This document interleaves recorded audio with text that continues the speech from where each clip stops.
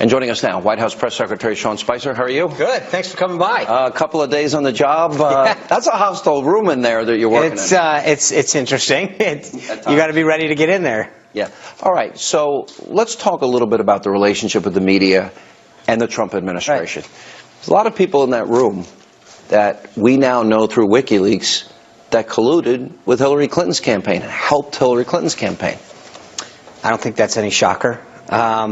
I think the media, by and large, if you look at surveys over the years, has never been conservative-leaning by any measure. But the fact of the matter is that that's not a surprise, and I think we can either continue to complain about it or we continue to do what we can to get the facts out and get our message out. I think that there's a difference between complaining, though, and calling it out. And when they're not being accurate or when they're misleading or there's a narrative, then I think it's incumbent upon us to make sure that we're out there explaining our side and why we believe something or the facts that we're using to make our case. You were very passionate this weekend over what was a fake news story, right. The term everybody seems to be using now, that Martin Luther King's bust that was in the Oval Office that had been removed. I was just in there. I saw that, in fact, that bust still exists. It does. Well, I think that there is this, what I get frustrated with is this double standard and rush to click instead of get it right. Look, we all make mistakes. I make them all the time. And I think that what has happened is that there's this predisposition in the media to, especially with this president, to assume he can't do certain things. He wasn't going to run. He wasn't going to file. He couldn't win a primary. He wasn't going to get out of the field. That he couldn't win Michigan. He couldn't win Iowa. Why is he wasting his Pennsylvania? Then he didn't win this, and this vote was going to happen, and now the nominees aren't going to get through. In every case, he's defied the odds and won. And I think the interesting thing is, at some point, the disposition should be, he's going to do it unless we can prove otherwise. He has shown through every step of the way that he's going to win. And so it just seems to me, it's odd that if those are the odds, if you're looking at his track record, the track record is a proven track record of success in winning. And yet the media's default is on every scenario, whether it's his nominees getting through or him winning a primary or him accomplishing something, it's immediately a negative and a failure. We learned a lot from WikiLeaks. It was very interesting. A couple of people that hosted moderated debates, John Harwood of CNBC, Martha Raddatz. Martha Raddatz was crying the night when it was announced that Donald Trump was the president, but yet she ended up moderating a presidential debate. John Harwood, we learned a number of things about him through WikiLeaks, and I'm thinking, how did they get to that position if they're that one-sided? Are they going to let me moderate a debate? I hope so. In the future? I hope so, too. I'm all for it. I'm for it. Yeah. And I think that's interesting. I think for as much heat sometimes as Fox News takes in particular, you look at an outlet like MSNBC, which is by no means, I mean, they are far to the left. And yet, over and over again, they are treated by their colleagues as being a mainstream news source. And I think that goes for other writers as well. Yeah. Look, as I said, if you're on the conservative side, this is nothing new. This is a battle that we fight every day. The lucky thing for us is that through the beauty of talk radio and a lot of new sites that are popping up day in and day out, whether it's Breitbart, the Daily Caller, the Daily Signal, over and over again, we're seeing people gravitate towards sites because they recognize that the mainstream media isn't the only game in town anymore. It's such an important issue, and none of these mainstream media outlets defended me any times that Obama mentioned me by name or attacked the Fox News Channel or attacked talk radio.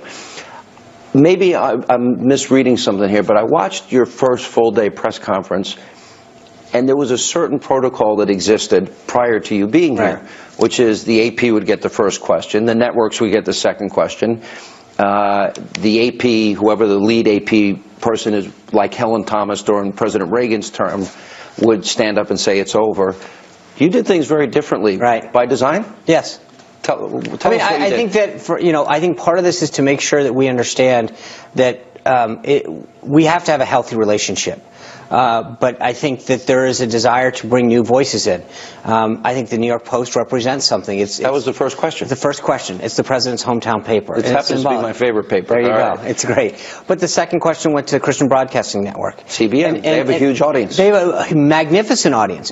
But it's not just their audience that matters. Then you went to Univision, if I'm not. I did. And then I went to American Urban Radio. Right. And I think the point is that there are voices and issues that the mainstream media sometimes doesn't capture. And it's important for those issues to get as much prominence as some of the mainstream ones. Now, that's not saying that maybe tomorrow I call on the AP first, maybe I call on NBC at some point, whatever, I'm going to call on Fox first. But the idea is that different outlets who have different audiences and different issues should have an opportunity to get those issues up front. Maybe by hearing from the Christian Broadcasting Network, we hear about an issue that otherwise would get drowned out. That helps set the tone for the briefing and brings up an issue to more prominence that otherwise might not have gotten the attention it deserves. You had an opportunity to get out of the room faster. Right. Because the lead person for the AP stood up and said, well, they sat, but yeah, they said thank you very much, which is truly the signal, and I indicated that I was going to keep going. But I think it's important. I wanted to also let the press know that there's nothing we were afraid of. We wanted to answer all the questions we could. I think I stayed for 90 minutes. If you saw how packed that room is, it was the media. It was the press secretary equivalent of a Donald Trump rally. It's a packed room. And part of it was that we wanted to take questions as long as we could within reason. But I think they were getting a little tired too and hot. If someone questions my honesty and integrity, I think I'd get a little hot under the collar. But I'm kind of loud because I'm a radio host and an opinion host on Fox. Jonathan Karl, well, are you going to be honest with us? Isn't that another way of saying, are you going to lie to us? Right. And there's a certain insulting quality, I believe, to the question. Look, and this goes back to something I said earlier, Sean. We all make mistakes, right? And so one of the questioners in the room during that first press conference said, when are you going to submit your nominees to the Supreme Court? And I joked. I said, so do we get more than one? Because as I recall, there's only one vacancy. Now, I don't think they didn't know the facts, but I could have capitalized on their mistake. But I didn't. And I think that there's this two-way street that doesn't always exist in the press. Wouldn't that be a case with Kellyanne when Kellyanne said, well, we have an alternative set of facts? Right, and the alternative set of facts is, and what she meant by that is this, that we reached out to one group of folks to ask for ridership, and there was another group that did it. And again, we weren't by any means trying to mislead anyone. We asked for a set of facts. We thought that the facts that were going in the time that we were given to respond, or the time we wanted to make sure that we responded in that news cycle, were accurate.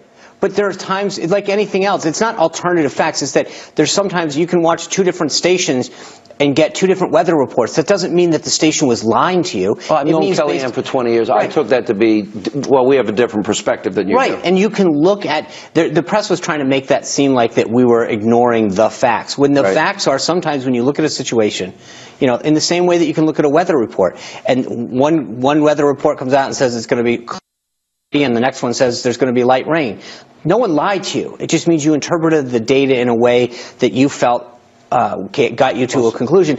And I think this idea that we're immediately lying but let's take the audience. We were right. If you add up the number of people who watched that online, on Twitter Live, Facebook Live, on YouTube, it broke all sorts of records. I'm willing to put out facts. Even CNN got 16.9 million people watching it online. Wow. And yet, you combine that with what Fox did online, how many people streamed it, how many people watched, 31 people watched it online, watched it on the broadcast networks. Combine all that. Where are their facts? Because I got called a liar for something that I can add up and say, here's how we come up with this number. And yet, where's the number that disproves that I'm wrong? In fact, the default was, again, this gets back to something I was saying earlier, the default was, you're lying. Whereas I was willing to put numbers out there to back up how I got to it. Okay, and in the case of the transportation part, yeah, I wasn't wrong, but I used a set of numbers that the Metro Authority came out with. It's like measuring audiences now for radio and TV. There's all sorts of devices.